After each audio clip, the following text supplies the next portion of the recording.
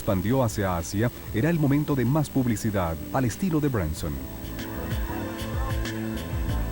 Richard Branson había puesto su mirada en otro viaje en globo, incluso más peligroso. 9.600 kilómetros a través del Océano Pacífico. No lo sé, solo sentimos que había que poner todo lo que habíamos aprendido en el Atlántico en buen uso en el Pacífico. El viaje fue suavemente hasta que ellos accidentalmente desecharon la mitad de su combustible. Con pocas esperanzas de un rescate en medio del océano, Branson y Lindstrand decidieron subir al globo a la corriente en chorro para conservar combustible. Lo lanzaron en el Pacífico e iban a unos 384 kilómetros por hora, totalmente fuera de control. Perdimos el contacto con la radio.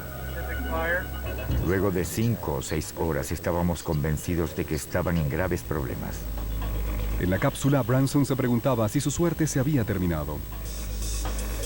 Pudo haber parecido ridículo que yo siguiera filmando en ese momento, pero no había mucho más que pudiera hacer y de alguna manera es terapéutico. Volaron por las montañas rocosas canadienses y finalmente aterrizaron, estrellándose en una tormenta de nieve secadora en un lago congelado en los territorios del noreste, a 4.800 kilómetros fuera de su curso. Branson había engañado a la muerte una vez más, y él y Lindstrand habían tenido éxito en convertirse en los primeros hombres en cruzar el Pacífico en un globo de aire caliente.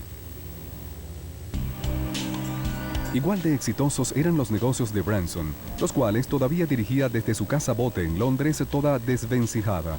Virgin había crecido y ahora incluía docenas de compañías que giraban en torno de Virgin Atlantic y la compañía disquera que había iniciado toda la marca Virgin.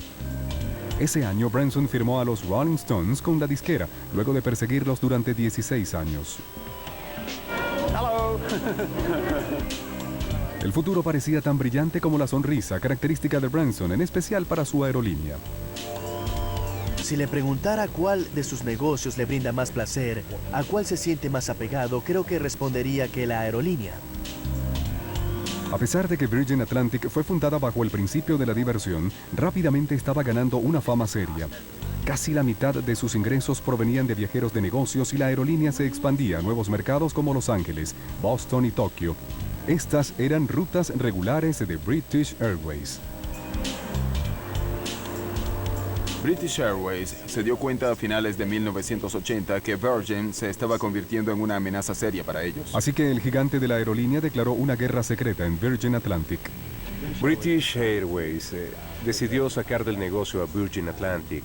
Recurrieron a métodos extraoficiales para hacerlo, lo que se convirtió en la infamemente conocida campaña de trucos sucios.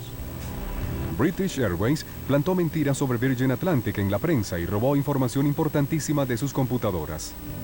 Tenían personas que llamaban a nuestros pasajeros fingiendo ser de Virgin Atlantic y les decían que el vuelo de Virgin había sido cancelado o tenía retraso y trataban de hacer que se cambiaran. Le vendían vuelos de British Airways. Parecía que la campaña sucia eliminaría a Virgin Atlantic y rápidamente. Los agentes de viaje no hacían reservas contigo porque pensaban que estarías mal debido a que el transportista nacional más importante emitió una campaña de susurro de que no iba a sobrevivir. Comenzaron a volar vacíos y en semanas una aerolínea podía hundirse. Pero British Airways había subestimado a Branson. Se había negado absolutamente a dejar escapar el hecho de que teníamos un negocio muy bueno a largo plazo. Branson demandó a British Airways por difamación. A la larga, en 1992, llegaron a un acuerdo en el caso, y como parte de este, el gigante del transporte se vio obligado a pedir disculpas públicamente. Pero el daño ya se había causado. La joven aerolínea de Branson estaba a punto de salir del negocio. Ahora Branson era visto como un mal riesgo. Su principal banco dejó de prestarle dinero. Sin eso, él no podía hacer funcionar tanto Virgin Records como Virgin Atlantic. Algo tenía que irse en Virgin para asegurarnos de que el resto de las compañías Virgin sobrevivieran. En el transcurso de los años, Branson había recibido muchas ofertas para vender Virgin Records, su negocio más rentable. Siempre se había negado, pero ahora no podía darse el lujo de ignorar la siguiente propuesta buena.